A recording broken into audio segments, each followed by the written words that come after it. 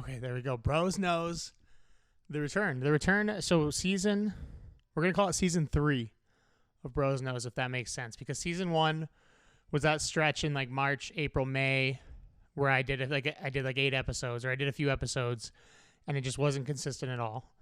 Season 2 would be the streak. Season 2 was 40-something episodes in a row. It was just nonstop podcast every day, just driving me crazy, exhausting stuff. And it finally came to an end. It had to come to an end. Why is this not focusing? Here we go. And now here we are, season 3. So the return post-streak. And what does season 3 look like? I think that season 3 is somewhat streaky. It's going to be consistent. I know that. I haven't decided if it's every day. That's a lot, especially if I'm going to do this. I'm recording video at the same time. So if there's going to be video with it, every day's a lot, because that becomes a lot of work. But I enjoyed the streak. I love the streak. We all know I love the streak. A lot of people love the streak. Sean told me there was going to be streak t-shirts made the week that the streak ended. He was in the process of making t-shirts for the streak. And so the streak might come back if I can keep it up. But 7 days a week is tough. So we'll see. We'll see how it goes. But today was a wild day, and it felt like it had to be the day that the podcast returned, because the financial atmosphere, the industry is changing like right before our eyes. And not in the regards of like banking. Well, it will impact everybody, but the stock market today and yesterday and the past, since last week actually, but today it feels like it hit a different level. The stock market took a turn towards the common man. And I say this because last week, a bunch of guys on a Reddit, a big popular subreddit called Wall Street Bets. So it's a group of guys that just get together and they talk about research and what are they thinking and what's going to do well. They noticed that there was a company that was taking a short sell on GameStop. And I'm sure most people have heard about this by now. And I'm not going to be the one to explain it like really well. I'm not going to explain it in depth. I'm not a financial advisor. None of this is financial advice, that's for sure. But they took a short sell on GameStop. They shorted their position and they said, GameStop's going to go down. We're going to be there to buy it up when it gets lower. And this Reddit page, this Wall Street Bets, took kind of offense to that. They're a bunch of gamers. They're a bunch of nerds. They don't mind calling themselves that. And they said, hold on 1 minute. We're going to go buy the crap out of GameStop and drive that price up so that when your contract comes up and you have to buy the stock or get it back, you're paying a premium for it. And they did exactly that. They did exactly what they said.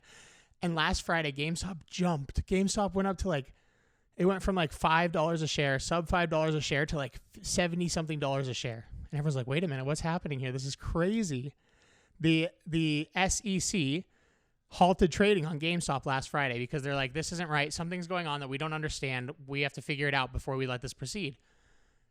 And so they stopped it. They halted it, but they couldn't stop it for long because no rules, no laws were being broken in that moment. And so they restarted it, and it kept climbing, and it kept climbing. And Monday, it hit $170. It was up hundreds of percentages. And then today, it hit $346, $380 at some points in the day. And it just kept climbing and climbing to the point where is the little man now controlling the stock market. All these big hedge funds were complaining and saying, you can't allow this to happen. You can't let these people conglomerate on the internet and cause these problems for these big hedge funds that are losing hundreds of millions of dollars because of this. But there was nothing they could do in the moment. And all they could do is they could halt trading. The markets could say, we can't allow trading on this for a while. And so they've done that to GameStop numerous times. But then today, it became more stocks. There was rumors yesterday of, hey, AMC is doing the same thing. Hey, Nokia is doing the same thing. It's like our generation, the millennials took their favorite brands from back in the day and said, we're going to make those popular in 2021. We're going to invest in those brands that we used to love back in the day in 2021. BlackBerry was another one. Did everyone love the BlackBerry Pearl? That was the best cell phone of all time. And then Blockbuster was another. And then a company called Naked Products, which sells bathing suits and stuff like that. But then there was all of a sudden, all these different companies were being talked about in the same regard of they're going to short these companies and we're going to stop it. We're going to invest our money so that when they have to buy back in, we're going to be the ones on top, not them. And it's a wild phenomenon that makes so much sense, but it's never been organized. It's never been thought of. It's never been executed until Wall Street Bets on Reddit did it. And so there came a point watching GameStop just go up and up and up, and it's up 1,200% or whatever crazy number it's up, that you have to get in on it, right? So last night I was texting with Sean. I was like, dude, we need to get in on this. I was texting with Corey and Anthony and Brandon and saying, stonks only go up. Corey's stonk corner. And all these things, it's like, holy smokes, what's happening here? We have to at least try it. So we did. We put money in, and I watched Robinhood for my entire day. I watched my ticker the entire day. It gave you a rush unlike anything else. It gave you that same rush you get at the casino. It gave you that same rush you get betting on your favorite sports team, whatever it may be. It gave you that rush of adrenaline just all day, just watching the ticker go up and up and up. And oh no, here's a low, but it's coming back up and up and up. And it's so exciting because you're like, holy smokes, I've made $90 so far today. I've made $120 so far today. And then I started with AMC, and I was like, boys, you got to get AMC. You got to get AMC. And I got Sean in on AMC, and I got Brandon on AMC, and Goose is like, no, I can't do it. I can't do it. Then all of a sudden he's in on AMC, and Corey's like, oh no, my thing didn't go through this morning. I'm in on AMC now. And you could look at my phone. Where's my phone? You can see my phone, and there is, from this morning, there's no less than 45 emails from Robinhood because they halted trading early this morning. Robinhood said no trading this morning during the periods that I was trying to buy. And so I spent all morning trying to buy this on my way to work. I'm driving down I-90 with one hand on safely, of course, with one hand on Robinhood, like, execute this order. And you would place it and it would get canceled immediately. And it's like, wait, what's going on here? Why all of a sudden, when the little man's winning, are these stock market, these conglomerates, why are they all down all of a sudden? How does that work out? That's a little convenient timing, isn't it? But eventually you got through. Eventually they stopped halting it. They couldn't halt it anymore. What are we halting it for? We're giving these big hedge funds time to align themselves with where they need to be, but how is that fair? And so they started realizing we can't just continuously halt it. They would throughout the day as it jumped, but they couldn't do it for long periods of time. And so eventually, if you just kept trying and kept poking at it, you finally got your order through.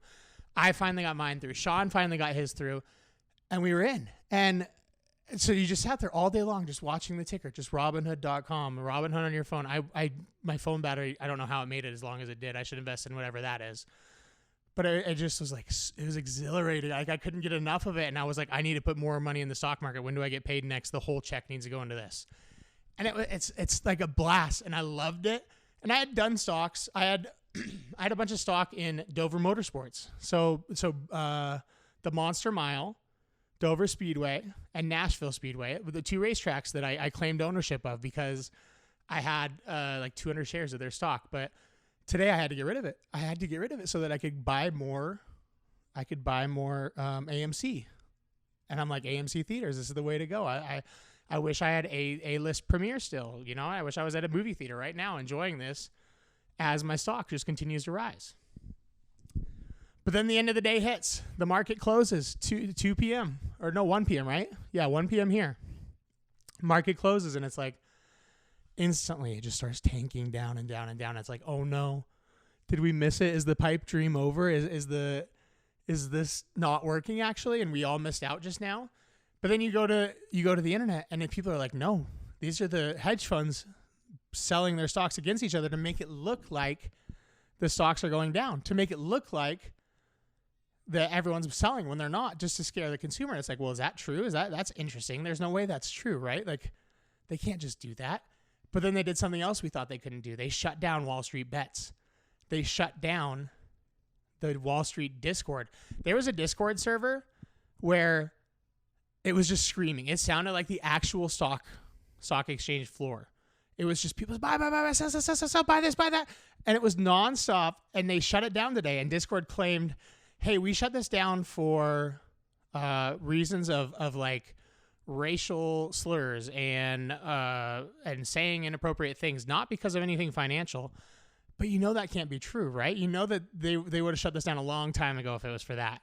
But instead, they shut it down today, and they shut down the Reddit, and it caused a scene on the internet like we rarely see. It caused a scene that made the Capitol storming day feel like nothing. The way people were tweeting, the way that people were saying, tomorrow's a new day in the stock market, it feels like tomorrow's like a financial revolution. It feels like these people are going to double down tomorrow. Just everyone's going to be invested in it. And so it's crazy. So I sat there and I was like, oh no, did I miss out? Did I ruin this? But now tomorrow is like so promising. It's like, well, wait a minute. What's going to happen tomorrow? What are they going to, is everyone going to invest even more? Are they going to double down on this? Are they going to find more stocks? What's going to happen here? And other people are offering their platform now. Other people are saying, hey, come start Wall Street Bets on my website. Barstool Sports, Dave Portnoy said, you want my platform? You can have it tomorrow if you want. And it's strange to see how the little guy seemingly is going to come out on top here. Like, I don't know how they can stop him. And so it's going to be a crazy day tomorrow. If you have a Robinhood account, look at AMC, look at Naked Brands, NAKD, look at Nokia. I think that's an OK. And look at BlackBerry, because those are ones that they're saying to watch out for. And again, I'm not a financial advisor. I'm not telling you to go buy these things. I'm saying take a look at what's happening with them and appreciate the craziness of what's going on in the stock market, because it's unlike anything we've ever seen. It's unlike anything that the suits have. They're calling them the suits, which I absolutely love it. I love that they're referring to the hedge funds and everybody else as the suits, and they're the winners. They're the good guy. The suits are taking a beating, and they might continue to take a beating tomorrow, and it might be the change of how we do stock market in the country and the change of how all that stuff's approached. And so look out for it and get in on the fun if you want to get in on the fun. I don't know. I think it's a blast. I'm thinking about doing more because I had a ton of fun, and I really think that tomorrow's going to be maybe the craziest day in our stock market, at least since like 2008, right? That's it. Bros Knows is back. Probably back tomorrow too, right? Like I'm trying to do this video thing, so it might be more only like one topic at a time, because this was longer. This was 12 minutes, but we'll see. We'll see how it goes. Check this out on Instagram. Check this out on YouTube. I'm not sure where I'm going to post it yet, but I'll post it somewhere, and there will be a link to it. So check it out. Thanks for listening. Bros Knows is back. Let's break the internet.